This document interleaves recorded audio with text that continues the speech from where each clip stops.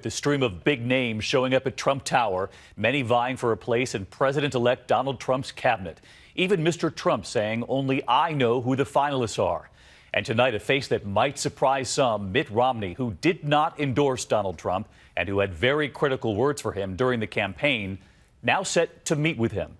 And he's not the only one. A rising star also invited Governor Nikki Haley. Are they both up for Secretary of State? We begin with ABC's David Wright.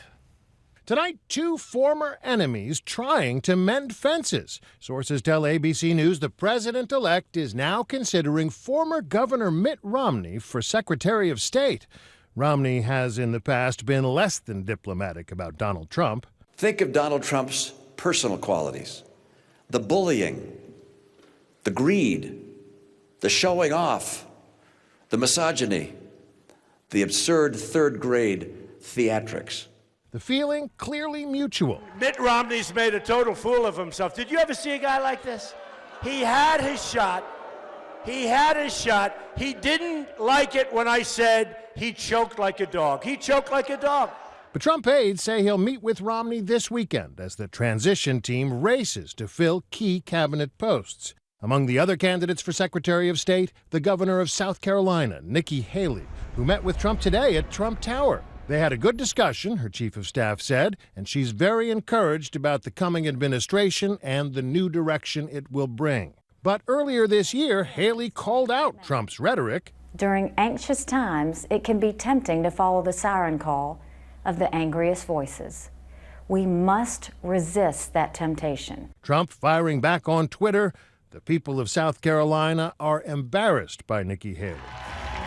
She supported Rubio, but eventually came over to Trump. At 44, she's the nation's youngest governor and a rising star, the daughter of Indian immigrants who led the charge to take down the Confederate flag. But it's not clear what, if any, foreign policy experience she has. Former New York Mayor Rudy Giuliani is also lobbying hard for the job. Today, he was at Trump Tower, too. But there are reportedly concerns about his overseas business ties and paid speeches. Among the other job applicants in the lobby of Trump Tower today, Lieutenant General Mike Flynn, a contender for National Security Advisor. Tell us how the transition is going. Playing a key role in the transition process, Trump's own son-in-law, Jared Kushner.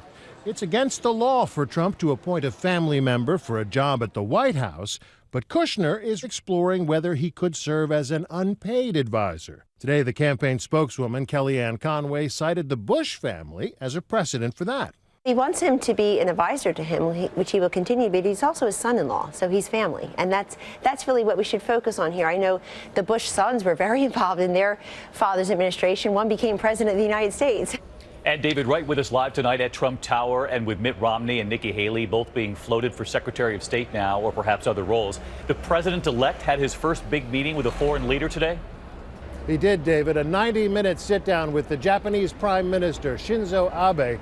It was a potentially tricky meeting because of some of the ideas Trump threw out on the campaign trail, including things that would change U.S. policies that have been in place since World War II. David?